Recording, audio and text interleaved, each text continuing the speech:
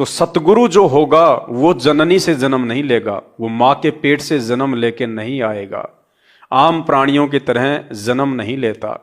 क्योंकि जिस परमेश्वर ने पूरी दुनिया को पैदा किया है, रचा है, जिस परमेश्वर ने पूरी सृष्टि की रचना की है, इस दुनिया की ऐसी कोई मां नहीं है जो उस परमेश्वर को जन्म देने में समर्थ हो।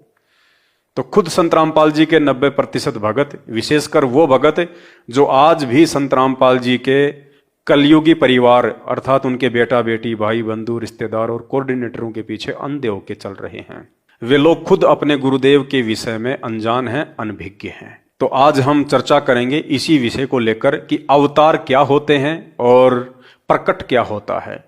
भगवान प्रकट होते हैं या फिर अवतार लेते हैं। तो आपके सामने ये पुस्तक है ज्ञान गंगा, और ज्ञान गंगा पुस्तक का पेज नंबर 6 है। अवतार की परिभाषा, ध्यान से देखिए, अवतार की परिभाषा। इस ज्ञान गंगा पुस्तक में बहुत सारे गूढ़ रहस्य इस भक्ति मार्ग के छुपे हुए हैं, लेकिन क्या करें, हमारे भगत भाई बहनों को यह पुस्तक पढ़ने की फुर्सत ही नहीं है। और अगर वो इसको पढ़ने भी लगे तो इस पुस्तक में लिखे हुए गूढ़ रहस्य, सतगुरु के द्वारा लिखित संकेत उन भगत भाई बहनों को समझ में भी नहीं आ सकते। क्योंकि इन गूढ़ रहस्यों को आप तभी समझ सकते हैं जब आप साध संगति से जुड़ेंगे। उसके बाद परमेश्वर आपकी बुद्धि ऑन करेंगे, आपका ज्ञान योग खोलेंगे। उसके बाद आपको ये गूढ़ रहस्य समझ में आएंगे जो सतगुरुदेव जी ने इस पुस्तक में छुपाए हुए हैं अपने विषय में। अवतार की डेफिनेशन, अवतार कहते किसे हैं? क्या संत रामपाल जी का अवतार हुआ है? नहीं।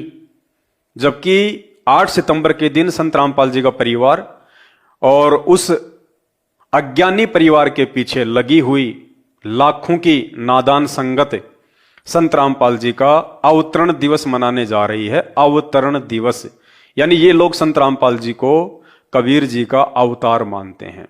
ये लोग संत रामपाल जी को स्वयं कबीर परमात्मा नहीं मानते, केवल अवतार मानते हैं। तो गुरुदेव भगवान ने इस पुस्तक में अवतार के विषय में भी विस्तार से समझाया हुआ है। अवतार की परिभाषा, अवतार का अर्थ है ऊंचे स्थान से नीचे स्थान पर उतरना। विशेषकर यह शुभ शब्द उन उत्तम आत्माओं के लिए प्रयोग किया जाता है। अवतार शब्द परमात्मा के लिए नहीं बल्कि उत्तम आत्माओं के लिए प्रयोग किया जाता है। क्या लिखा है? यह शुभ शब्द उत्तम आत्माओं के लिए प्रयोग किया जाता है। आत्माओं के लिए अवतार शब्द का प्रयोग किया जाता है, जबकि आत्मा अलग होती है और परमात्मा अलग होते हैं।